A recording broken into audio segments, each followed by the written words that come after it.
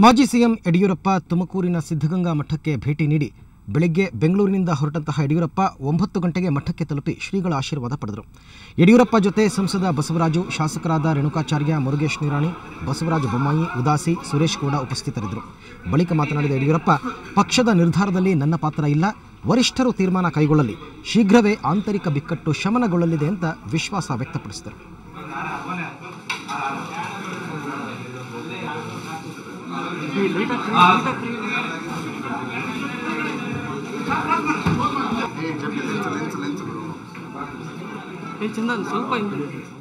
ರಾಜಕಾರಣದಲ್ಲಿ ಅಧಿಕಾರ ಬದಲಾವಣೆಗಳು ಸರ್ವೇ ಸಾಮಾನ್ಯವಾದಂಥದ್ದು.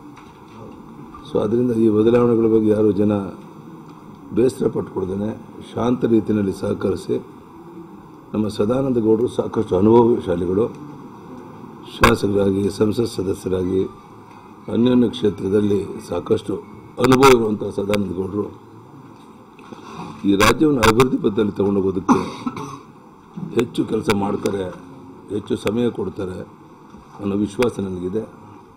ನಮ್ಮ 121 ಶಾಸಕರು ಯಾವುದೇ ಭೇದ ಭಾವನೆಯನ್ನು ಬಯಸ್ತೇನೆ ಇವತ್ತಿಂದ ಮುಖ್ಯಮಂತ್ರಿಗಳು ಏನು ಹೇಳ್ತಾರೆ ಅದನ್ನು ಸಹಕರಿಸಿ, ರಾಜ್ಯದ ಅಧ್ಯಕ್ಷರು ಏನು ಹೇಳ್ತಾರೆ ಅದಕ್ಕೆ ಸಹಕರಿಸಿ, ಈ ಪಕ್ಷವನ್ನು ಗಟ್ಟಿ ಮಾಡಿ ಮುಂದೆ ಬರೋ ವಿಧಾನಸಭಾ ಚುನಾವಣೆ 120-150